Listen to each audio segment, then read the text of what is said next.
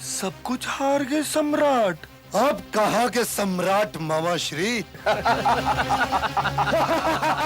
अब क्या लगाओगे प्रिय युधिष्ठिर?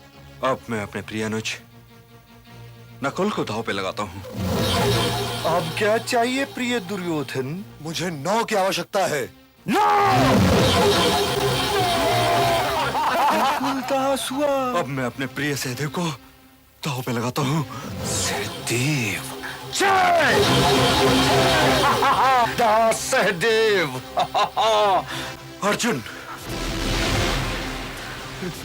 वीर अर्जुन 8।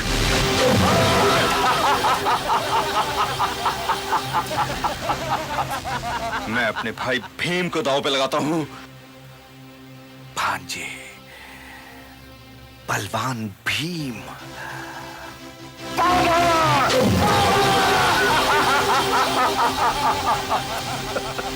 प्रिय भीम, ये भी दास। अब महाराज, अब मैं अपने आप को दांव पे लगाता हूँ। ये पासा मुझे चाहिए मामा श्री। अवश्य भांजे। अब मुझे 9 की आवश्यकता है। नो! नो भांजे! भांजे नो! अब तो ये युद्ध समाप्त करना ही पड़ेगा, क्योंकि अब दांव पर लगाने के लिए मेरे पास कुछ नहीं है। कैसे नहीं महाराज? वो अभिमानी, वो मृग नयनी द्रौपदी जो है आपके पास। महाराज, इस सभा में आपकी पुत्रवधू का नाम इस अनादर से लिया गया और आप ये सुनकर भी चुप रह गए। भ्राताश्री, लगाते हैं द्रौपदी को दांव पर।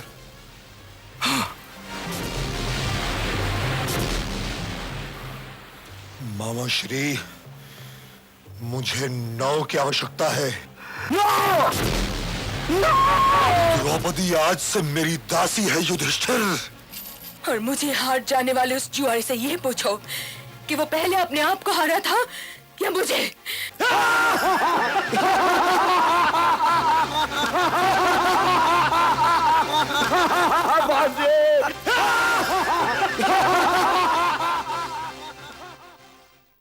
हे राजन, कुलगुरु होने के नाते ये कहना मेरा कर्तव्य है कि भोग विलास, मृगया और द्यूत ये ऐसे अवगुण हैं जो व्यक्ति और व्यक्तित्व दोनों का नाश कर देते हैं। कुलगुरु, यदि मैं हार रहा होता तो यही स्वर्ण शब्द आपको कभी याद नहीं आते। यह तो वही बात हुई कि जिस थाली में खाया उसी में छेद किया। बैठ जाइए कुलगुरु, मैंने कहा बैठ जाओ।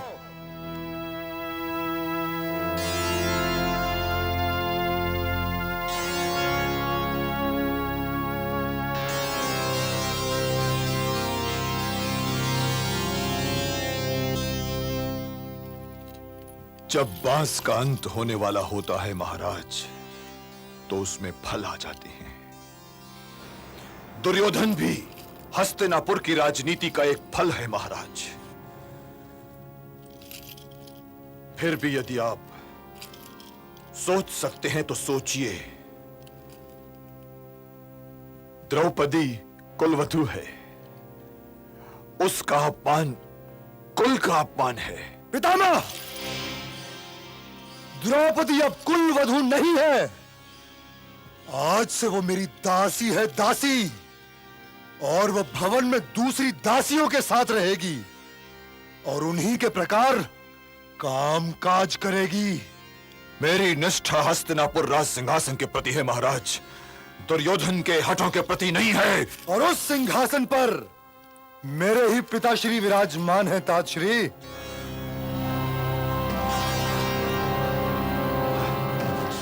मैं ताजश्री से सहमत हूं पिताश्री। भविश्री का अपमान सारे भरतवंश का अपमान है। विकर्ण, मैं तुमसे मान सम्मान के विषय में कुछ नहीं सुनना चाहता। बैठ जाओ।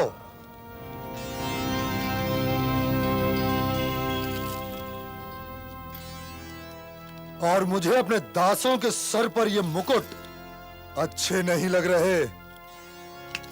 अपने अपने ये मुकुट उतारकर मेरे चरणों में रख दो, रख दो। उतारो ये मुकुट रख दो मेरे चरणों में।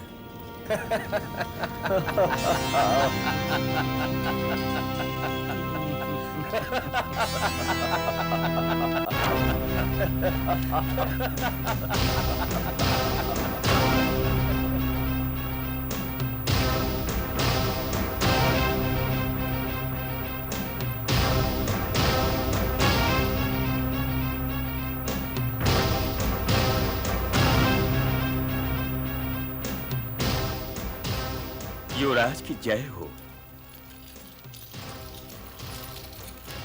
तू अकेला क्यों आया है? युवराज, बहुरानी महाराज युधिष्ठिर से एक प्रश्न का उत्तर जाने बिना नहीं आएंगी। एक मामूली से दास को महाराज कहकर यहाँ पर उपस्थित राजाओं महाराजाओं का अपमान करता है। क्या कहा उस दासी ने? युवराज, वो ये जानना चाहती हैं, महाराज पहले अपने आप को हारे थे या उन्हें? उस 5 पतियों वाली से जाकर कहो कि वो यहाँ आकर अपना प्रश्न करे। जाओ। जो आज्ञा युवराज, जो आज्ञा युवराज, जो आज्ञा युवराज।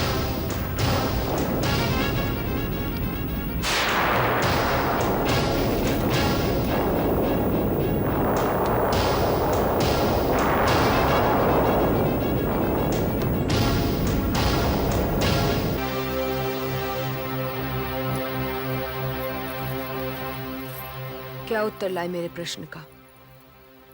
महाराज तो चुप रहे बहुरानी, पर युवराज ने कहा आप स्वयं वहां पधार कर महाराज से प्रश्न कर लें। तो मेरे लिए एक कष्ट और उठाओ। वहां जाओ और उनसे कहो कि द्रौपदी केवल अपने बड़ों के आदेश का पालन करेगी। यदि पितामह यही चाहते हो कि कुरु राजघराने की लाज द्योतगृह में आए, तो मैं अवश्य चलूंगी। यदि ज्येष्ठ पिताश्री की ये आज्ञा हो, तो मैं इस आज्ञा का पालन करूंगी। यदि काकाश्री इसे उचित जानते हो कि मैं वहां आऊं, तो मैं वहां अवश्य आऊंगी। परंतु यदि ये लोग ये नहीं चाहते, तो मैं वहां नहीं चलूंगी। युवराज मुझे फिर लौटाएंगे बहुरानी। तो क्या तुम अपनी बहुरानी के लिए इतना कष्ट भी नहीं उठा सकते? जो आज्ञा, जो आज्ञा बहुरानी।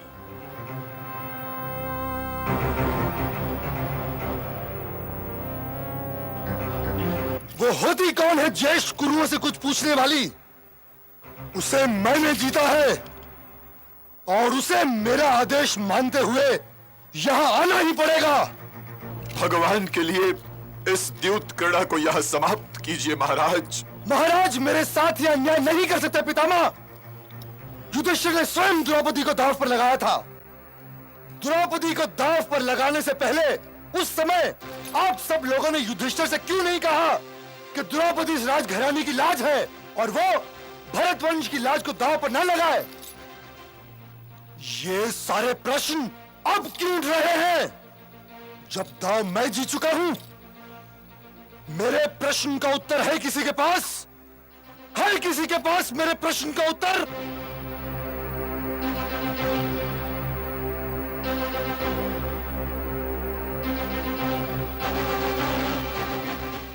दुशासन। जी भ्राताश्री। ये द्वारपाल तो मूर्ख है। स्वयं तुम जाओ और उस 5 पतियों वाली को बालों से पकड़कर घसीटते हुए यहाँ लाओ। जो आज्ञा भ्राताश्री।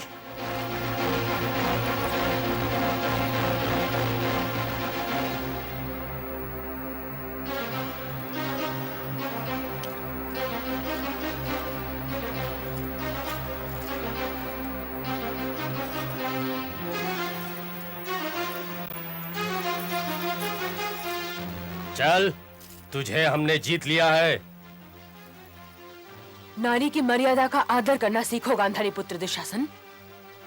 उसकी कोख को अपमानित न करो। चलती है या घसीट कर ले चलूं? चल। मुझे इस दशा में वहां न ले चलो दुशासन। मैं कुलवधू हूँ, कुरुवंश की मर्यादा हूँ। अरे आज तू एक दासी के अतिरिक्त कुछ भी नहीं है। चल। ये तो सोचो कि मैंने ऋतु सहन नहीं किया। अरे चल। रुक जा दुशासन, रुक जाओ। मैं तो इस दशा में घर वालों तक के सामने नहीं जा सकती। चल। मैं तो ज्येष्ठ माताश्री को प्रणाम तक करने नहीं गई और तुम मुझे घसीटते हुए बड़ी सभा की ओर ले जा रहे हो। जो मुझे पहचानते हैं वो तो पहचान जाएंगे, जो नहीं जानते उन्हें क्या बताओगे? क्या पाओगे कि मैं तुम्हारे पिताश्री के अनुज महाराज पांडु की पुत्र वधू हूँ? और यदि बीच में ज्येष्ठ माताश्री मिल गई और उन्हें तुमसे पूछा कि तुम क्या घसीटे लिए जा रहे हो, तो क्या कहोगे उन्हें? कह सकोगे कि तुम कुरुवंश की मर्यादा को घसीटते हुए भारी सभा क्यों ले जा रहे हो? चल। राजकुमारों से बात करना सीखो दासी। चल। तुम्हारा इस अपराध और मेरा इस अपमान पर पांडव तुम्हें कभी क्षमा नहीं करेंगे। और वो क्षमा करना चाहेंगे भी तो मैं क्षमा करने नहीं दूंगी। चल। आज से मैं उनका मान नहीं, अपमान का घाव हूँ दुशासन। चलती है कि नहीं? चल। अपमान का घाव। पार कर गया पाप की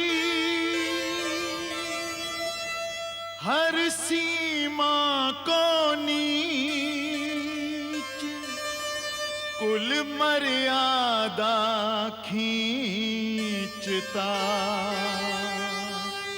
भरी सभा के बीच। चल। छोड़ दे मुझे।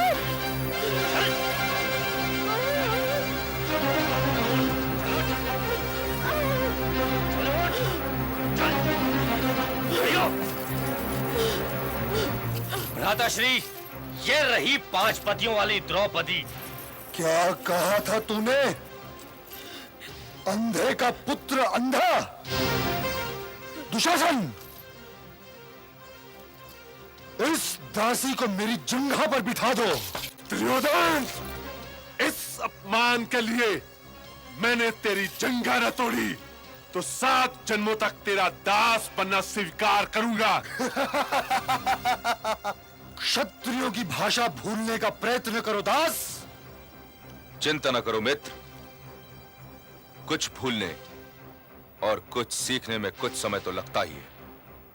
ये सब के सब धीरे धीरे भूल जाएंगे कि ये क्षत्रिय हैं।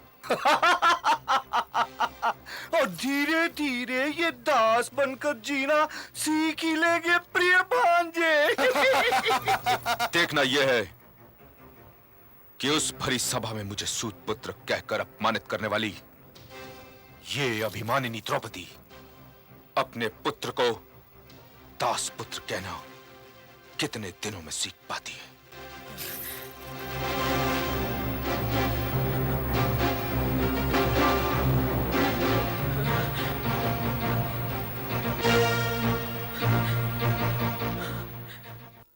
आंखें झुकाना इस समस्या का समाधान नहीं है पितामह। मैं आपकी कुलवधू द्रौपदी एक वस्त्र में लिपटी हुई ऋतु स्नान किए बिना इस भरी कुरु सभा में आपको प्रणाम करती हूँ और ये जानना चाहती हूँ कि आप मुझे आज क्या आशीर्वाद देंगे।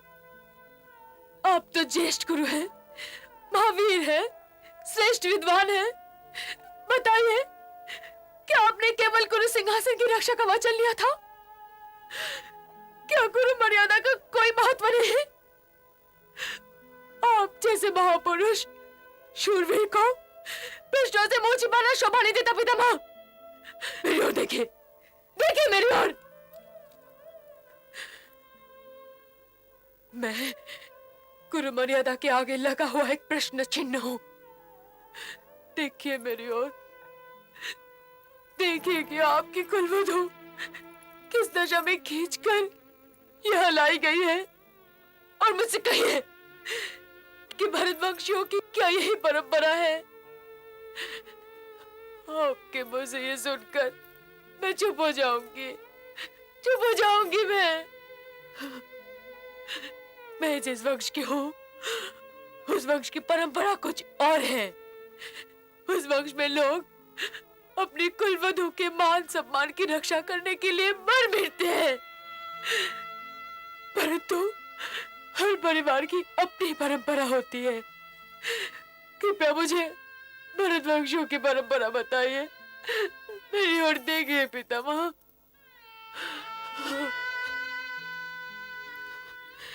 जब मैंने पहली बार आपके चरण छुए थे तो आपने मुझे सौभाग्यवती होने का आशीर्वाद दिया था। अपने उस आशीर्वाद की दशा देखिए, देखिए पितामह, अपने उस आशीर्वाद की दशा देखिए। आपके सामने ही अधर्म हुआ और आपने इसे सहन किया। तो क्या इसका ये अर्थ नहीं है कि आपने इस कपट, इस अन्याय, इस अधर्म को स्वीकार किया? क्या आप भी मेरे इस अपमान के भागीदार नहीं हैं? यदि नहीं है तो उठाइए अपना धनुष और छेद दीजिए उस जीव को जिसे आपकी कुलवधू द्रौपदी को दासी कहने का अपराध किया है। आप पाप की वृक्ष की छाया में बैठे हैं पितामह, उठ जाइए, उठ जाइए। आपको तो शास्त्रों का ज्ञान है पितामह।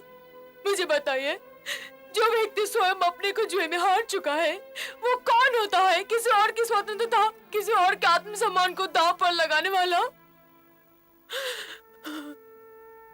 मैं अपने प्रश्न का उत्तर मांग रही हूँ पितामह, और आपका ये लज्जित मौन मेरे इस प्रश्न का उत्तर नहीं हो सकता, क्योंकि ये प्रश्न केवल द्रौपदी नहीं कर रही है। ये प्रश्न कर रही है नारी जाति, ये प्रश्न कर रही है पृथ्वी जो हर प्राणी की माँ है, ये प्रश्न कर रहा है इस देश का भविष्य जिसे आपके पूर्वज चक्रवर्ती महाराज भरत से अपना नाम मिला है। मुझे मार्गदर्शन कराइए गंगा पुत्र भीष्म पितामह। पुत्री। नहीं, मैं आपसे नातों की बात नहीं कर रही हूँ पितामह, उस अपमान की बात कर रही हूँ जो पिघल कर आंसू बन के मेरे आंखों से बह रहा है। यदि पत्नी पति की संपत्ति होती है तो जब मेरे पति अपने को हारे उसके साथ मुझे भी हार गए, तो फिर मैं दांव पर कैसे लगी? और यदि पत्नी पति की संपत्ति नहीं तो मेरे पति मेरी आज्ञा लिए बिना मुझे दांव पर कैसे लगा सकते हैं? इस वंश की मर्यादा इस विषय में क्या कहती है? और कृपया मुझे पुत्र से संबोधित न कीजिए। यदि मैं भरतवंश की पुत्र नहीं होती तो आपने मेरा यह अपमान इस प्रकार चुपचाप कभी न सहन किया होता। मुझे कुलवधू कहिए, क्योंकि मैं देखना चाहती हूँ इस सभा में खड़ी इस द्रौपदी को कुलवधू कहती हुई आपकी जीभ लड़खड़ाती है या नहीं? पांचाली के प्रश्नों का उत्तर दीजिए पितामह, उत्तर दीजिए।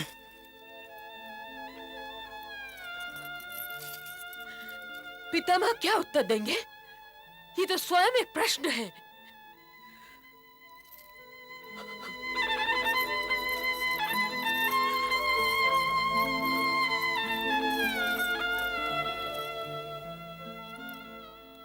आपके प्रिय अनुज पांडु की पुत्र वधू द्रौपदी आपको प्रणाम करती है ज्येष्ठ पिताश्री। आप बड़े भाग्यवान हैं जो नेत्रहीन जन्मे, नहीं तो आज अपनी सभा में अपनी पुत्रवधू की दुर्दशा देखकर अवश्य ही नेत्रहीन हो गए होते। मुझसे कुछ न कहो पुत्री, कुछ न कहो। युधिष्ठिर ने मुझसे तुम्हें हारने की आज्ञा ली थी और ना ही दुर्योधन ने जीतने से पहले तुम्हें जीतने की। अपना ये प्रश्न लेकर युधिष्ठिर के पास जाओ, जिसने तुम्हें दांव पर लगाकर भरत वंश की मर्यादा को भंग किया है।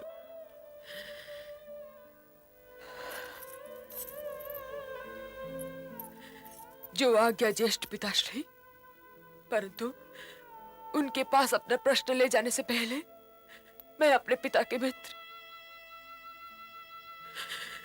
द्रोणाचार्य को प्रणाम करना चाहती हूँ, जिनके लिए भी मेरे पास एक प्रश्न है।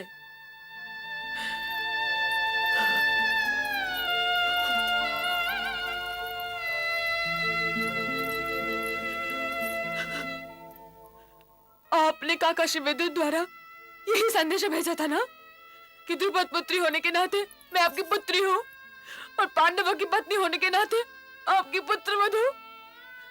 तो आज इस सभा में पुत्री के नाते आपका चरण स्पर्श करूं या पुत्र वधू के नाते?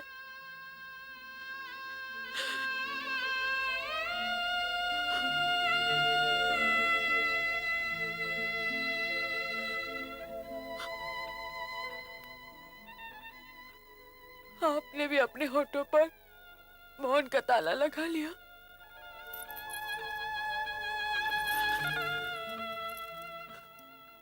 कुलगुरु कृपाचार्य,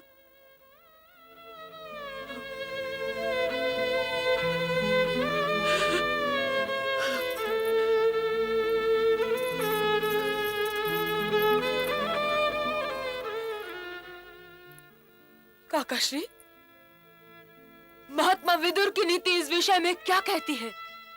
आप तो कड़वे सच बोलने के लिए प्रसिद्ध है, आप तो चुप न रही हैं। क्या किसी पति को अधिकार है वो अपनी पत्नी को जुए में हार जाए? क्या किसी दास को अधिकार है कि वो किसी और की स्वाधीनता को दांव पर लगा दे? भाभी श्री ठीक कह रही हैं। विकर्ण, जो बोलता है उसे बोल लेने दो भांजे। जो होना था सो तो हो ही गया। प्रिय युधिष्ठिर तो द्रौपदी को हार ही चुके हैं। ये होते कौन है मुझे हारने वाले? यदि इन्हें अपने पति को हारने का अधिकार हो भी, तो भी मैं केवल इनकी पत्नी तो नहीं हूँ। मैं 5 पांडु पुत्र की पत्नी हूँ और मुझ पर केवल इनका अधिकार नहीं है।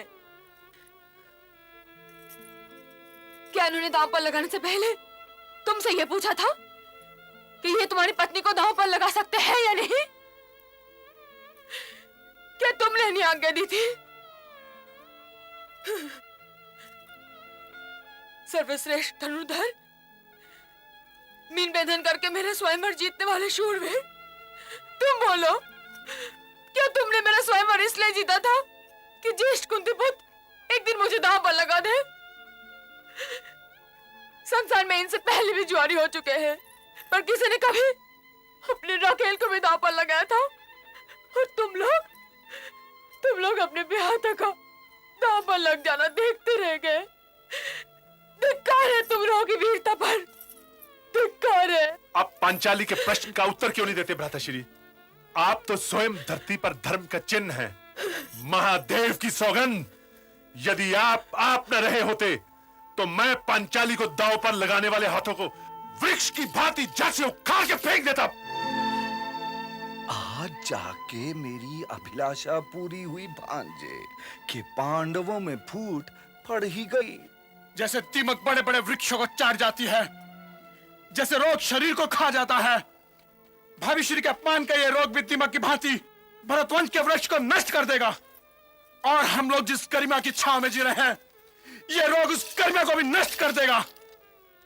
पितामह, पिताश्री, काकाश्री, गुरुवर द्रोण, कुलगुरु कृपाचार्य, अंगराज कर्ण, भाभी श्री के प्रश्न का उत्तर दीजिए, क्योंकि आपका दिया हुआ उत्तर आगे चलकर हस्तिनापुर के भाग्य या दुर्भाग्य के द्वार खोलेगा। और मेरे इस प्रश्न का भी उत्तर दीजिए, क्या एक पति को इसका अधिकार है कि वह अपनी पत्नी को जुए में हार जाए? और यदि आज भी आप लोगों ने मेरे इस प्रश्न का उत्तर नहीं दिया, तो यह प्रश्न किसी भी जन्म में आप लोगों का पीछा नहीं छोड़ेगा।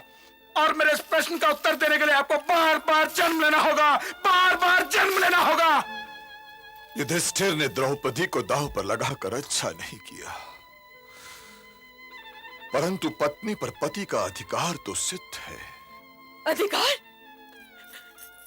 अधिकार की परिभाषा क्या है? क्या यह भी सच नहीं है पितामह कि पत्नी के आत्मसम्मान की रक्षा करना पति का परम कर्तव्य है? ये 5 तो तुम्हारी रक्षा नहीं कर पाए, इसलिए आकर मेरे मित्र दुर्योधन की गोद में बैठ जाओ। 5 पतियों वाली तो तुम पहले ही से हो, तो छठे का हाथ पकड़ लेने में हानि क्या है? एक दिन मैं तुम्हें इस अपमान का दंड अवश्य दूंगा, कारण अवश्य दूंगा। है चुप! मेरे मित्र से बात करने का साहस करता है, मैं तेरी जीभ काट लूंगा। इसे बोलने दो मित्र, नया नया दास हुआ है, धीरे धीरे सीख जाएगा। जो स्त्री 5-5 पुरुषों के साथ रहती हो वो पत्नी नहीं, वेश्या होती है। और वेश्या का मान क्या और अपमान क्या, ये यहां नग्न भी लाई जाती, तब भी अनुचित ना होता। बैठ जाओ। मेरा मित्र बिल्कुल ठीक कह रहा है। एक वेश्या या दासी का मान क्या और अपमान क्या। दुशासन, मेरी इस दासी को नग्न कर दो। देखूं तो सही कि जिस दासी को मैंने जीता है वो लगती कैसी है। दुशासन, यदि तूने पांचाली के वस्त्र को हाथ भी लगाया तो क्षत्रिय गरिमा की सौगंध तेरे हाथ तोड़ दूंगा। फिर अपनी 5 पतियों वाली पत्नी से कहो कि अपने वस्त्र स्वयं उतार दे, और यदि उसने ऐसा नहीं किया तो फिर मुझे हाथ लगाना पड़ेगा। चल उतार अपने वस्त्र। अरे उतार। इधर जाती कहाँ है? चल इधर आ, इधर। छोड़ दो जाओ।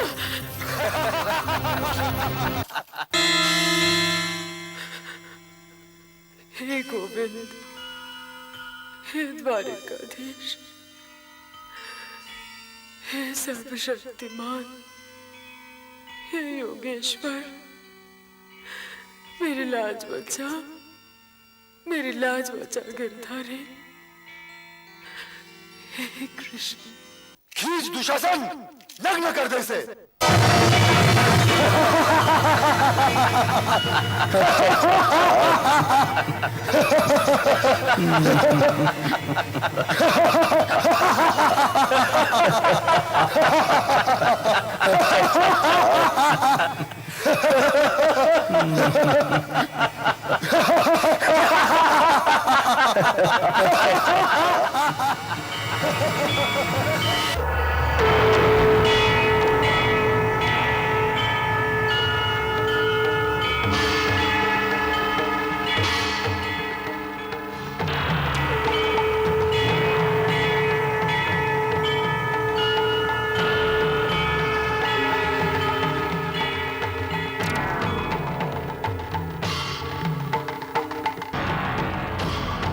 खींच भांजे।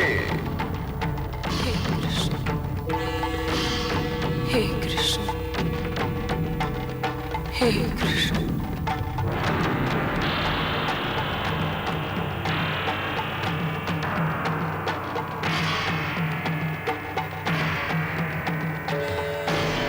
हे कृष्ण, हे कृष्ण, हे कृष्ण, हे कृष्ण, हे कृष्ण, हे कृष्ण,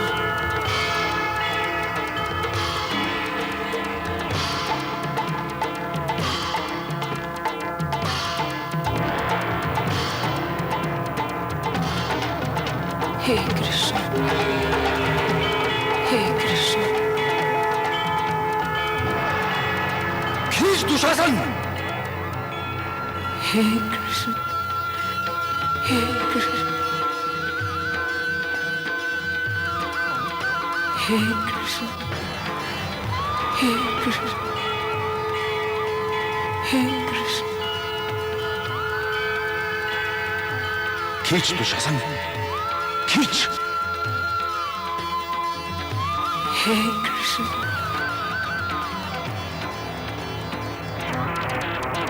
हे कृष्ण, हे कृष्ण,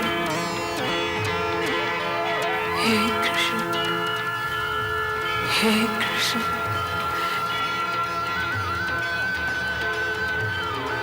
हे कृष्ण,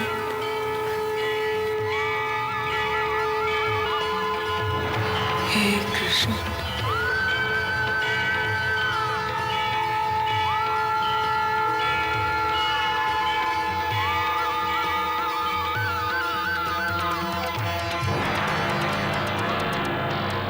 हे कृष्ण, हे कृष्ण, हे कृष्ण, हे कृष्ण, हे कृष्ण, हे कृष्ण, हे कृष्ण, हे कृष्ण, हे कृष्ण।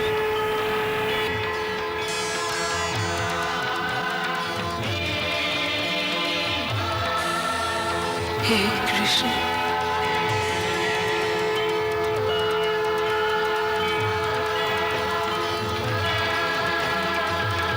हे कृष्ण, हे कृष्ण,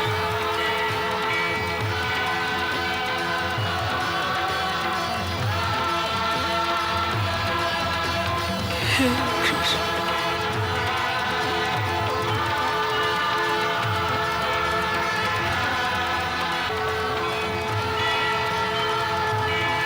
हे कृष्ण।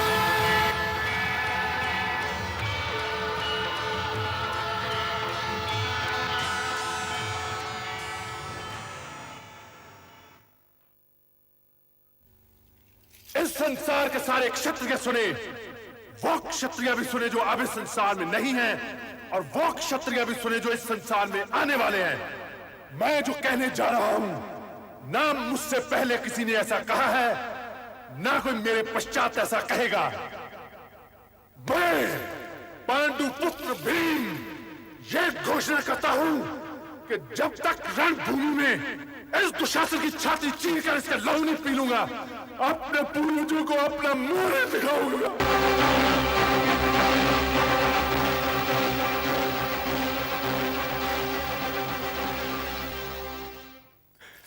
हे ताजश्री, हे महाराज, हे गुरु द्रोण, हे कुल गुरु कृपाचार्य, जो नहीं देखना था वो तो देख चुके।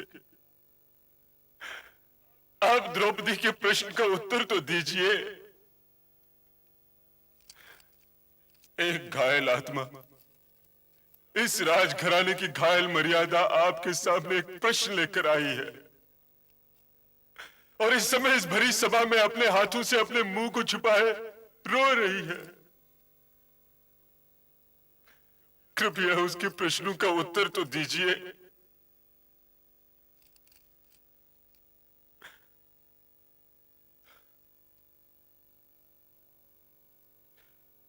आप सभी धर्म के ज्ञानी हैं, और द्रौपदी के प्रश्नों का संबंध धर्म ही से तो है।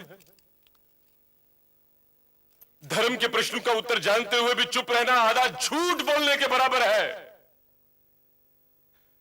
और ठीक उत्तर न देना तो पूरा झूठ है ही। यही तो बताइए, क्या आप लोग अपने सिर आधे झूठ का आरोप लेंगे या पूरे झूठ का? क्योंकि पूरा सच बोलने का साहस आज हम में से किसी को भी नहीं है। फिर भी हम चुप तो नहीं रह सकते। हमें द्रौपदी से इतना तो कहना ही पड़ेगा। क्या बिलखती हुई द्रौपदी, उठ, अपने आंसू और अपने अपमान को समेट कर किसी और सभा में जा, क्योंकि यह सभा तो मृतक लोगों की सभा है। मृतक लोगों की सभा है।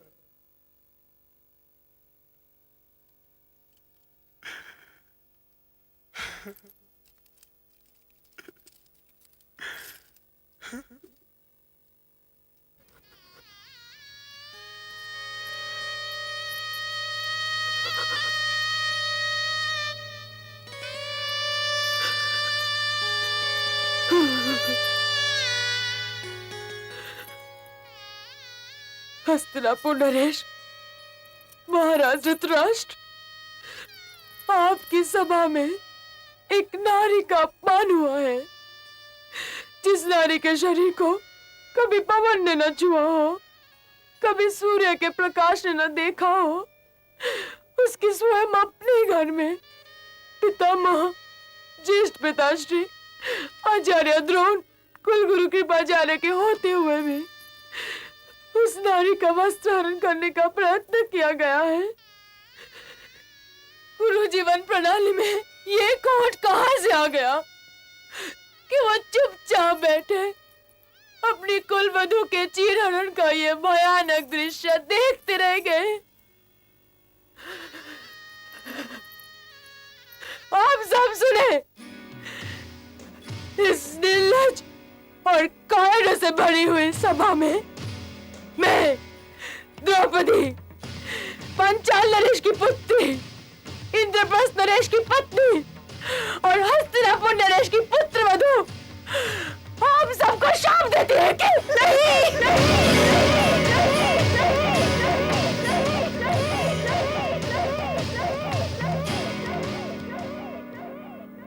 नहीं पुत्री। गूंज उठी आकाश में नारी की आवाज, सन्नाटा सा छा गया